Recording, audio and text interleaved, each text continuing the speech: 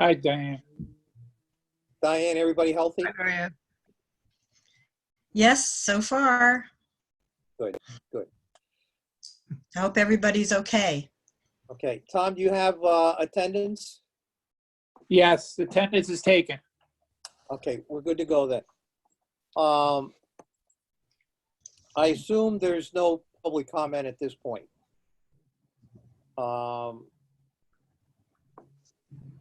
I do not see any public attendees. Okay, good. Pete, good to see you.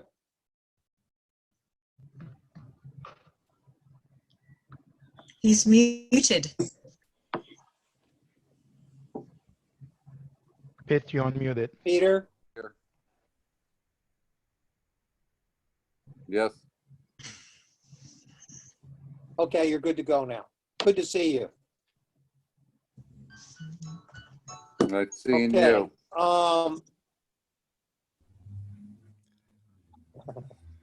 And it's nice to be seen. I'd like to give an update of the per and Yeah. polyfluoroalkyl substances, the PFASs.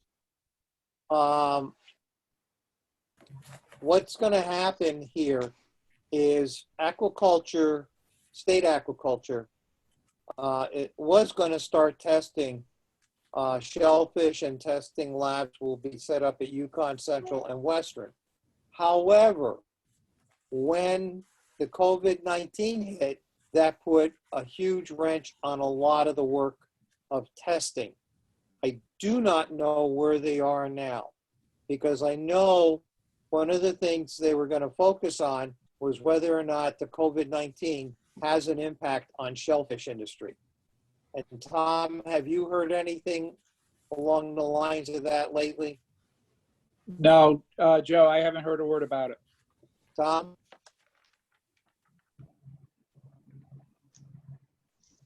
Okay, that's where I'm afraid we are still at.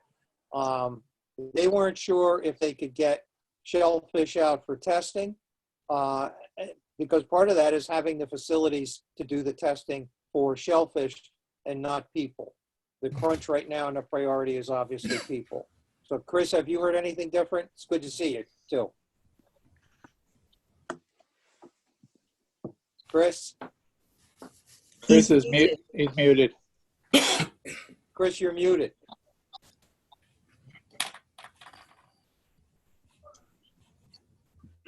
Chris, can you unmute yourself? There he is. Good. Chris?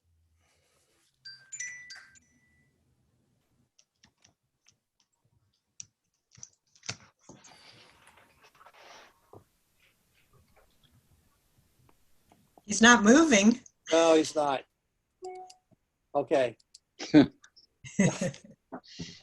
Tom, can you send an invite quickly to Louise? She can't find hers. I can try. Or does that have to come from data processing? Yeah, it does. My password's only IT unique guys. to me. If you have Correct. an email address, I can go ahead and send an invite. I'd appreciate that. It is. It's lwasher@gmail.com.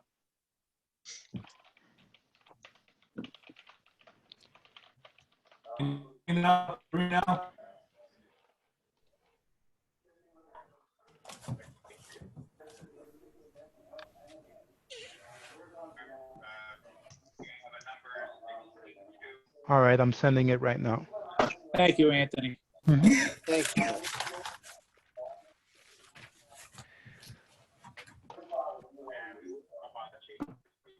Okay, so that's where we are with the per and polyfluoroalkyl substances.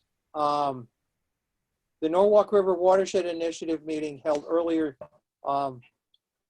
way back when, had the watershed towns that were invited by Ridgefield because of the dam project. And Steve and I went to that. And as I mentioned before, what was interesting is that they invited downstream rivers communities to attend it, because one of the options there consultants were pushing for was removal of the dam. And it was upgraded by the people who do the dam inspection to a high hazard classification. The cost of improving the dam is $6 million, and the cost of removal is $3 million. So obviously Ridgefield would rather remove the dam, and it was originally built as a flood control dam. And now they want to remove it. The concerns are the impact downstream for Wilton and Norwalk. And I sent a letter to Mayor Rilling advising him to have representation at further meetings. Now, I do not know if there were further meetings because the Ridgefield first selectman actually came down with coronavirus. So he was out of commission, so to speak, for quite a while. And I just saw him resurrecting his presence last week. So it's been a tough go for him. But there are supposed to be meetings coming up this summer if any of you want to attend it. Okay. Joe, today's newspaper said he actually came down with it again or still has it. Oh, God bless him. Okay, I didn't see that. And just for information here, and I don't know whether most of you are aware of it, with this flood control dam, with this virus, there are now 2 strains that have been identified. It's not one strain anymore. There's an Asian strain and there's a European strain. So they've identified both strains in New York. So unfortunately, a person could get one strain and then another, which sure doesn't make life happy for most of us, for obvious reasons. So any vaccine that they're going to work on has to be worked on from the point of view of having 2 strains to deal with. Just like the flu, when we get flu shots, many of the flu shots contain multiple strains.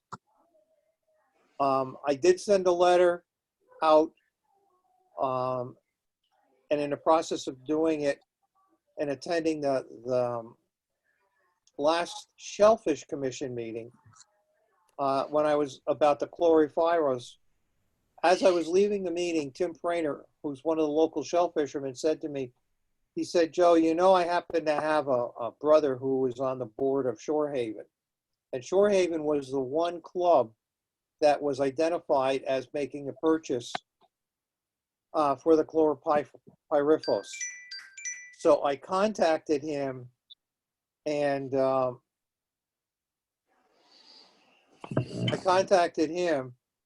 he said he would pass a message on to the board members.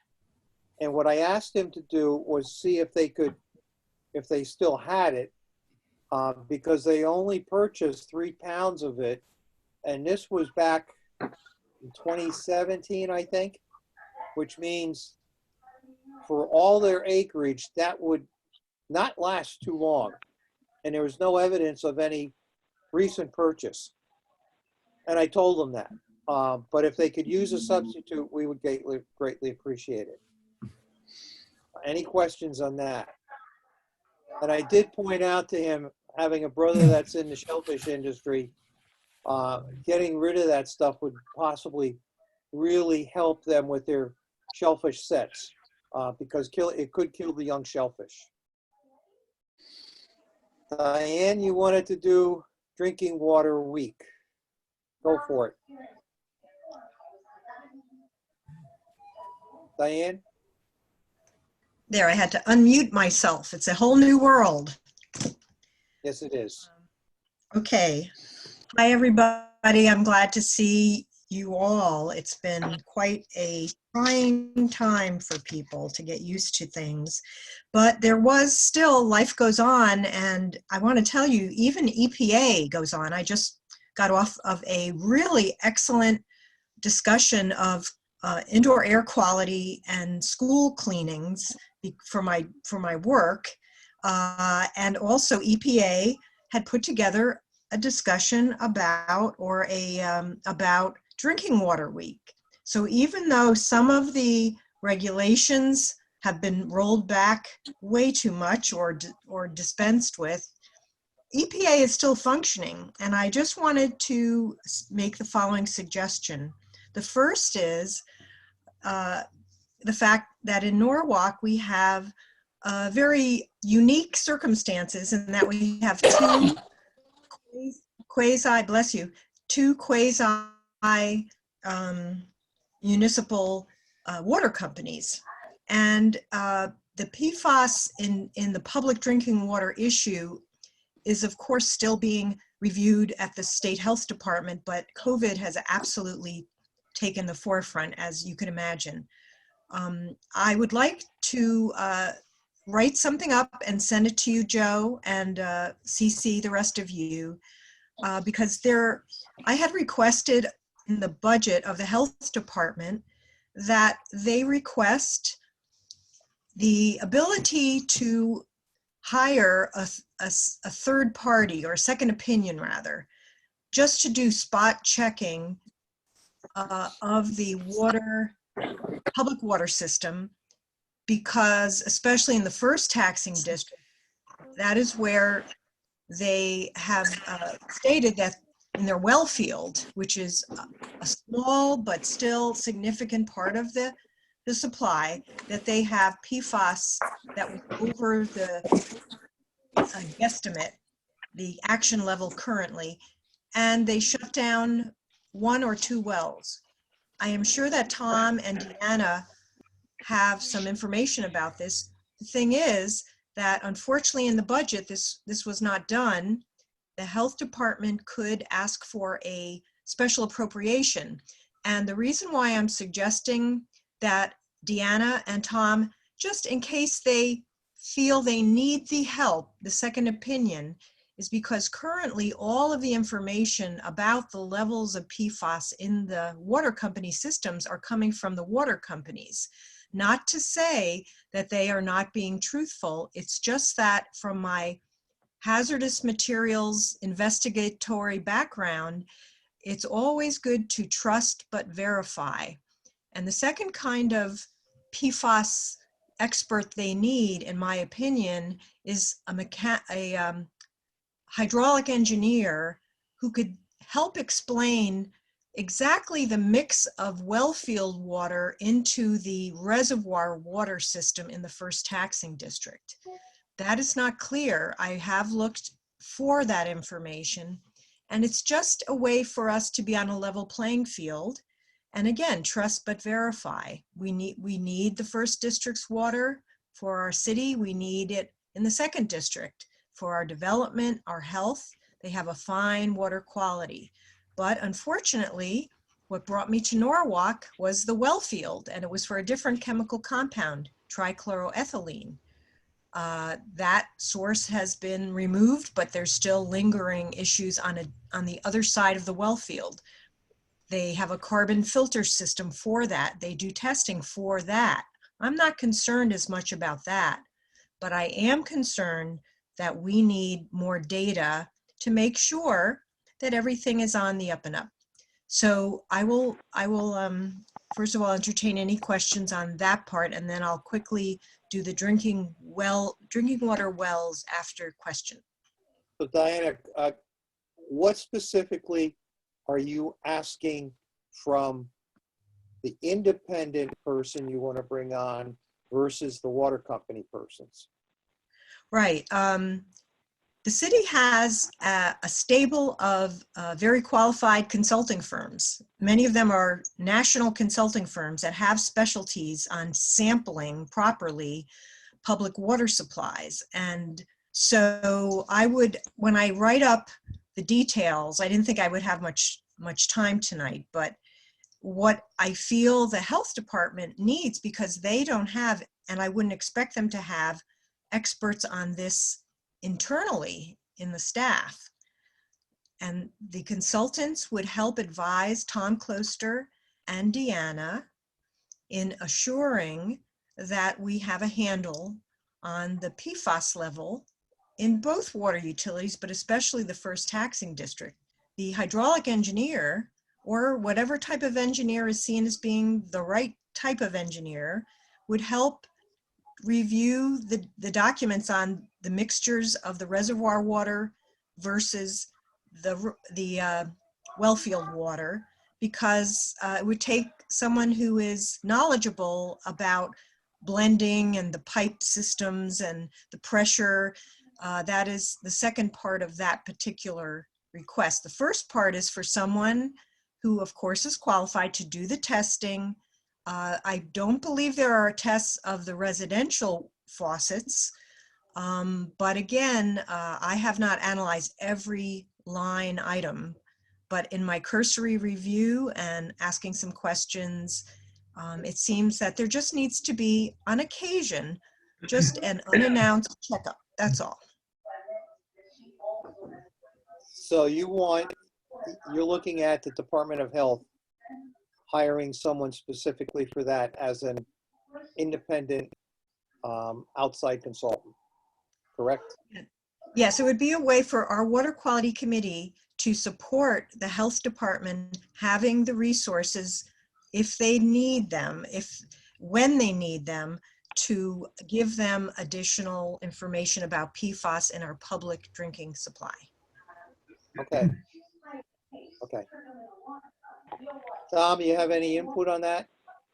No, it's something we could certainly sit down and talk to the Director of Health about. Okay. You think it would Joe, be something? this is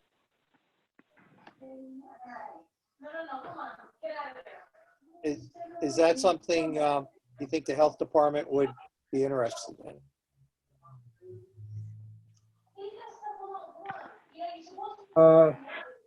Yeah, quite possibly. You know, Deanna has a lot on her plate right now with the pandemic, so I'm sure. you know, it's not at the forefront, but it's something that we should investigate. Just for your information, Okay, Chris? gentlemen and lady, I just wanted to say that I approached Deanna and Lamont Daniels late last year as they were creating their budget, because as you know, the PFAS issue has been going on for many, many months prior. And again, life goes on, and I do agree with Tom. Deanna and Tom and others have a lot on their plate. However, this is something where I did speak with her, so she was somewhat interested. Then the COVID issue hit, but the thing is, it's still an ongoing issue. Right.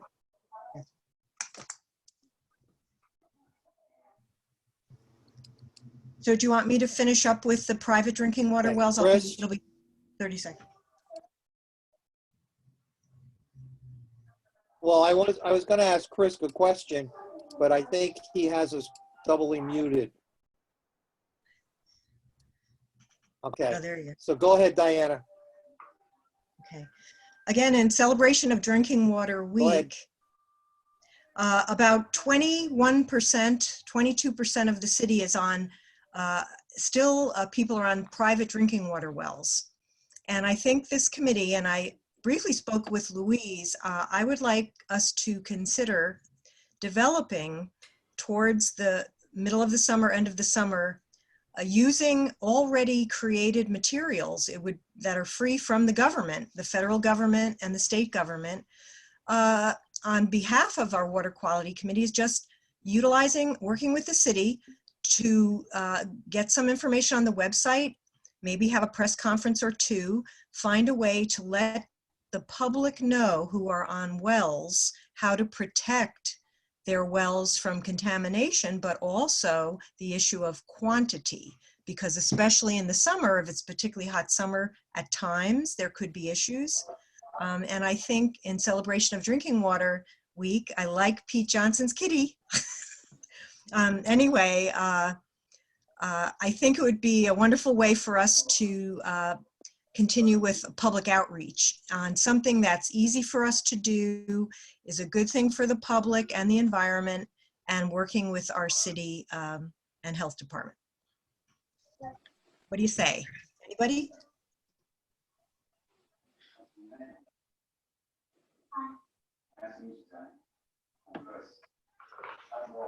Well, my big concern right now is getting through COVID-19.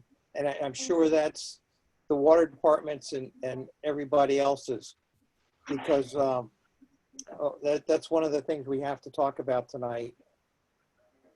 And the well water is significant because could they pick it up? And could they pick up other contaminants? Again, that would need to be outside sourced, and also a willingness on the people who own the wells. Because I don't think that's something we can mandate. No, well, this would just be public information on how Any they, thoughts? yeah. I don't know if I don't know if the IT fellow is, people's faces are freezing on the Zoom call. Are you guys getting that sense? Yeah. Yeah. We have a bad connection. I see. Apparently. Okay, this is just for consideration on public outreach, using already sourced materials, and maybe we could just put our name on it. But I will continue this our next meeting. Okay.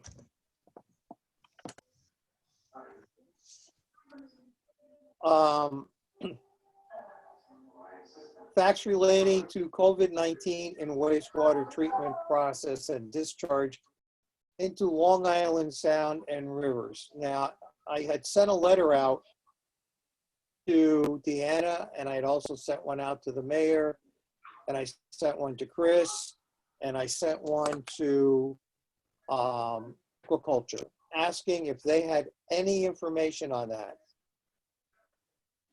And at the moment, the answer was no, but they were looking into it. Aquaculture said they had been given orders to take a look at its presence in shellfish. But again, the testing for it took a back seat to what was going on with human testing. And they were also looking at wastewater treatment process. And from what I gather,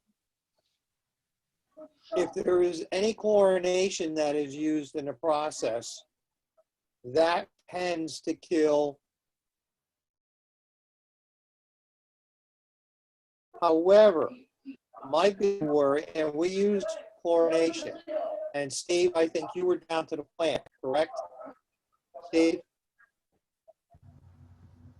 Yeah, we're Not at the plant, no. discombobulated here. Not for this issue.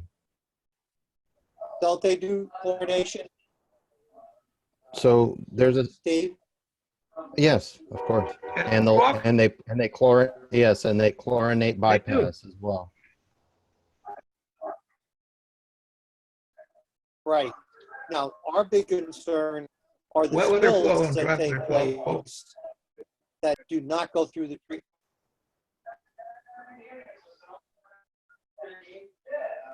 Right, so there was a story in the popular media regarding this today. So the main concern is over where waste might be aerosolized from a break in a main, something of that nature. We know in wastewater, there's a study now in the Northeast that's using quantitative PCR methods to determine the overall saturation, if you will, of the virus in the population. And early data show that it's a lot more prevalent than the testing is showing.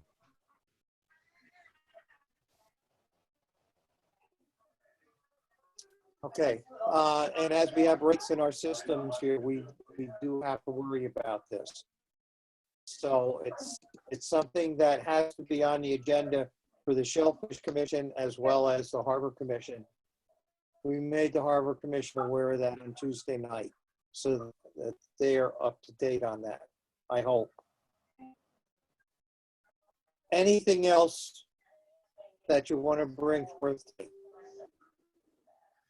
Okay. Tom, are you good? Yes.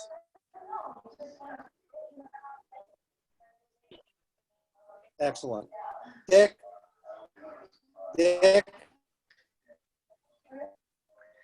the only thing I'd add, Harris? Joe, is I heard that Save the Sound is speaking. Can you hear me? Yes. Can you hear me? Oh, No. yeah. Yes, Dick.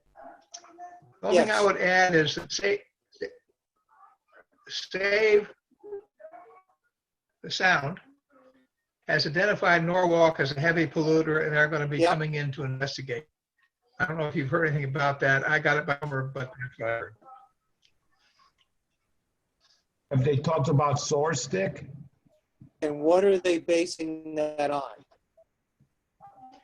Oh, yeah, they're talking about spills, but I don't know what their data is. They're getting it, or why they would be in here when they got enough other things to do. I got to talk to the soundkeeper and see what he says.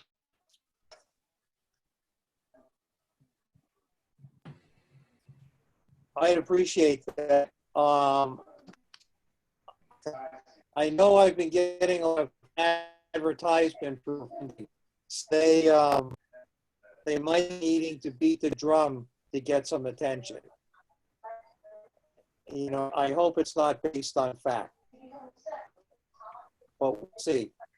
Now, Dick, you want to talk to them about the report that you just put out? Yeah, it's a accumulation of last summer's work on 6 harbors. And as you guys probably looked at Norwalk already, Okay. you'll see that it's the same old problem up north at Wall Street. We have oxygen depletion in a big way. The good news is that over the last few years, we've kept it up there based on efforts by Bloom, Harbor Watch, myself, and also Ralph Kolb. Certainly he's a big hitter in this whole thing, Tom Closter. There's been no fish kills since 2005, which was the last big one. And we've been tested, not recently, but 3 years ago, we had some enormous supplies of bunker come into that harbor, and they did not deplete the oxygen levels. They went all the way up to Wall Street, and they hung around for quite a while. Hundreds of thousands of fish.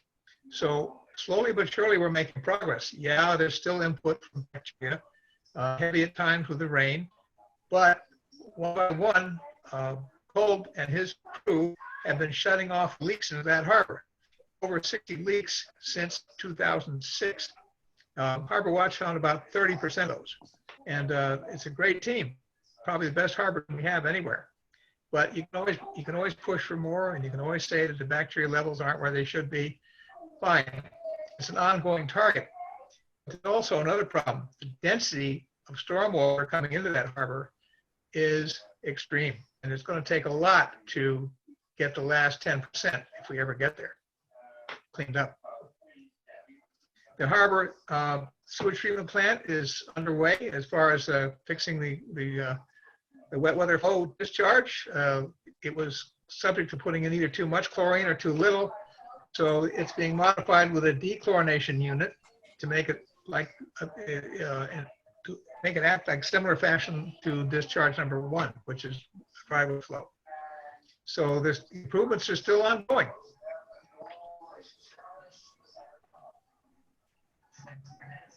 You guys hearing me? Hey, Dick, you said there Yeah. have been no fish. Yeah, Yeah. you're breaking up though.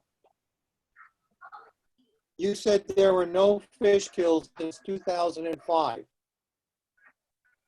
Correct? That's our record, yeah. Yep. Okay. I personally have witnessed fish killed up by Wall Street.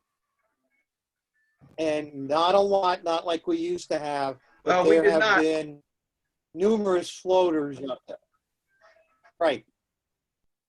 Okay, we have to keep that open because I do know it is happening. One of the things I try and do is get up the river at least once a week during the summer, sometimes 2 to 3 times a week, and I have witnessed the floaters, but I do not have oxygen tests on board. All I'm doing is making physical observations. So I know it's still happening, don't know whether it's happening at night or during the day, but we are seeing it. Okay. Now All I can tell you study is that if Dick you put look at out, our you records, should we've been have up there all every gotten a week, copy of. and we saw none. Right. But other people have. So it's something we need to be aware of. And did you all get a copy of that Harbor Health study? Because I Yes. Dick sent it to me and I forwarded it to all of you. Okay. If you decide to print it, it is 65 pages long, I think, something like that. So double-sided, save yourself some paper. But it's a tremendous work. Okay. From the last meeting, anything else anybody want to add? Okay, from the last meeting, which was back in February, did everybody see the minutes?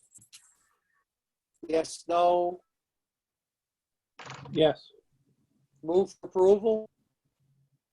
Okay, we got one yes. Is there a second? Got a second from Diane?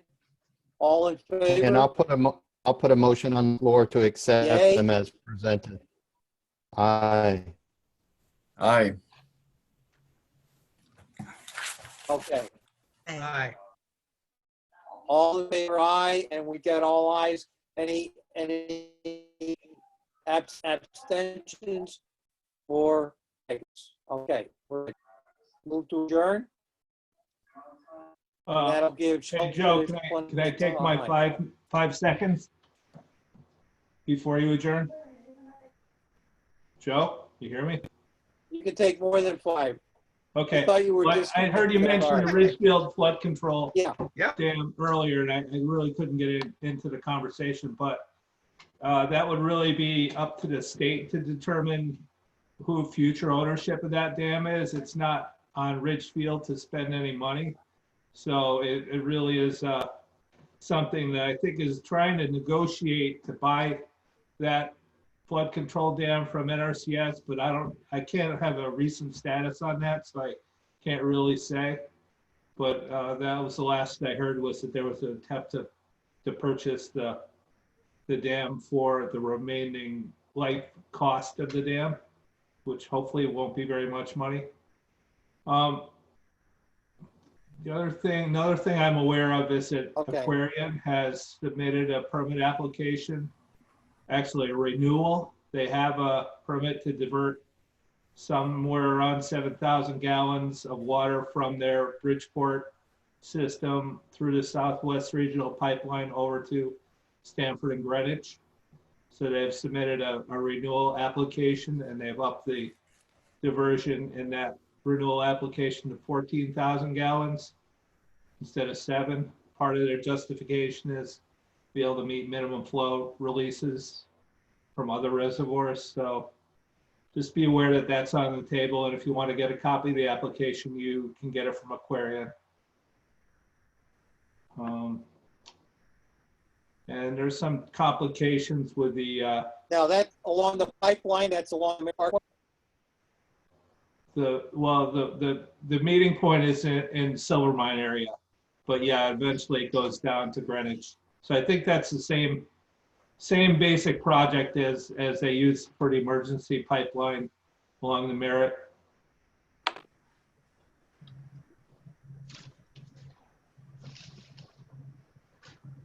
It's the third phase of that project, basically. Is that 14,000 gallons a day? Yeah, it's million gallons. I'm sorry. That's 14,000 14 million gallons a day. a day. Right. Okay. Currently, they're permitted I was for going to say, 7. when you said 14,000 gallons. Yeah. Okay. COVID in the brain. Maybe I need a diagnosis. Yeah. So that's on the table. They published a public notice in the Connecticut Post on the 20th of March. And it went to First Selectman. I don't think it went to Norwalk, but it did go to Wilton and New Canaan. First Selectman. Okay. Okay. And I've been Yeah, when you said communicating a little 14,000 bit gallons, with, I was thinking of John Romano. oh yeah, well. Is that how much That wine wouldn't he be makes? enough in to a- fill a swimming pool. Yeah, right. No. Yeah. Yeah, so we're also trying to resolve some issues with the Keeler Brook Pump Station, which there's a FEMA grant, which was intended to be used for that, but apparently some complications have arisen between the city and Eversource for right-of-way issues there. So. I can't imagine having a problem with Eversource, and I'm being sarcastic. No. I don't know if they're to blame or not. I really can't. It's just in a negotiation phase where it's not really moving. Consultant is exploring different options.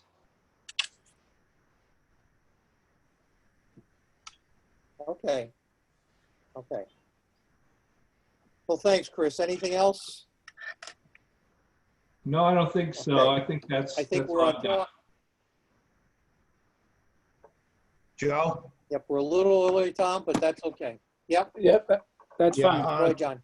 On the other night, Tuesday night, we had a Harbor Commission meeting, and at that meeting, we got a presentation from Adam Blank, who said he was representing Donardo, which was surprising because when we heard about him coming to the meeting, I thought he would be representing Fowler, but that remains to be seen yet. They talked about because we've been waiting patiently for Eversource to come in with their final plan, and he let us know that Eversource, who's putting in that power line between Fowler's property and Donardo's property, has not finalized any agreements with either of them. Then he went on to propose a zone change from 68, I think, all the way up to 108, because right now it's marine use, which allows some apartments, I think 3-story, they want to go up to 4.5-story, and a lot more apartments. And we all kind of understand and know that all that ground, because you had Pepco there, you had Harrison Gans, it's all totally contaminated. And what kind of mess is that going to create? What kind of contamination and leaching is going to happen into the river at those points? And we're vehemently against this type of development because to us, it's not really water use. They'd be having a couple of docks, but less than there's there now. And all the small shops that are at 108 that are marine use will have to leave and be gone, like Billy Landon and all of those guys that do marine work. So just want you to be aware that that's coming up. Yeah, that was something that caught me by surprise, but didn't catch me by surprise. And the reason I say that is way back in the 70s, I saw future plans for Norwalk Harbor, and they had condominiums all along the edge of the harbor. So something like this has been in the works since the 1970s. And the attitude that I felt from their presentation was, they do it with our blessings or they do it without. Did you get that feeling, John? Yeah, kind of, but let's put it this way. They have the right to put apartments or condos, but at certain levels, and the density would be quite a bit less than they're looking for a zone change for. And they did say that it wasn't economically feasible. Well, too bad. The zone is what it is. It allows apartments to create a greater density is objectionable. And we'd like to see their designers design something where it incorporates a marina, marine repairs, and functional things that make sense along the river and speaks to Norwalk's history, because that's a very historic district as well. Sure, does it need to be cleaned up? Absolutely. Does it need some freshening? Absolutely. But is it more apartments that are going to further impact our sewer? And it's in an enterprise zone, I think, also, so which will get tax breaks. So it's not like it's going to bring us a windfall of money that it's going to offset any of the increases that we're going to get in our property taxes. And That's it's all. also in a flood zone area too. Correct. Very, yeah.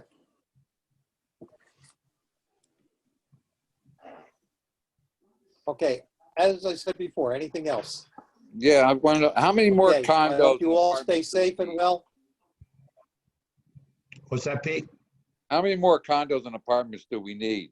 Our sewer system is already, I mean, they go and bypass every time it rains.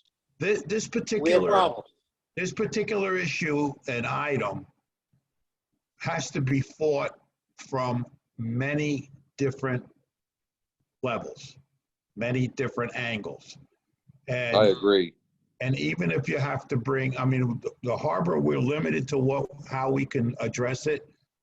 But the sewer and the use of sewers and the impact for water is an issue. The contamination that's there, because I know they had orders years and years and years ago to clean it up, but it was never cleaned up. No. And, you know, what's that going to cost in relative terms of impacting a project? And if anything, if it does slip through, they should be nailed to the cross and held to task to the cleanup. Oh, I agree. But I just look at all these apartments we have now, and it's ridiculous. Everywhere you go, go down Water Street now. Yep. It's almost 5 stories tall, counting the parking area. Well, this whole area, they'd be taking Leslie's place and John, Fowler's place and Leonardo's place and, you know, all the way up to, you know, the police, that's gone anyway in theory, but Yeah. the Marine police. So. and John, the other reality of that is they'll be blocking the views other people have now. It'll just shut them out. Yeah. You know, the people north of that area have a nice view of the harbor and the sound. Now they won't. Yep. Okay. Have Now, a is there good night, gonna be ladies a- and gentlemen. Is there going to be a different link to get onto the shellfish meeting? Because I want to attend that. It's Yes. it's a different number, that's all. On your email, you should just have to click on. Yeah. Yeah, so it's the same link, so that's fine. Yeah. Yeah, Shellfish meeting starts at 7:15. Yeah. Yes. Okay. I'm trying to do it on my tablet. I hope it works. Take care. I'm using my iPhone. Thank you, Joe. Good timing. Well, Peter, you look better now. Thanks.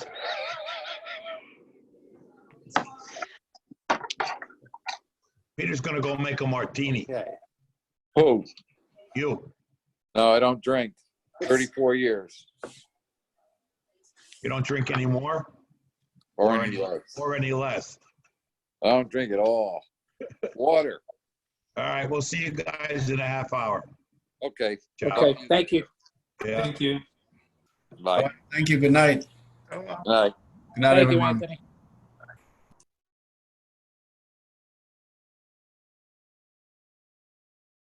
Okay.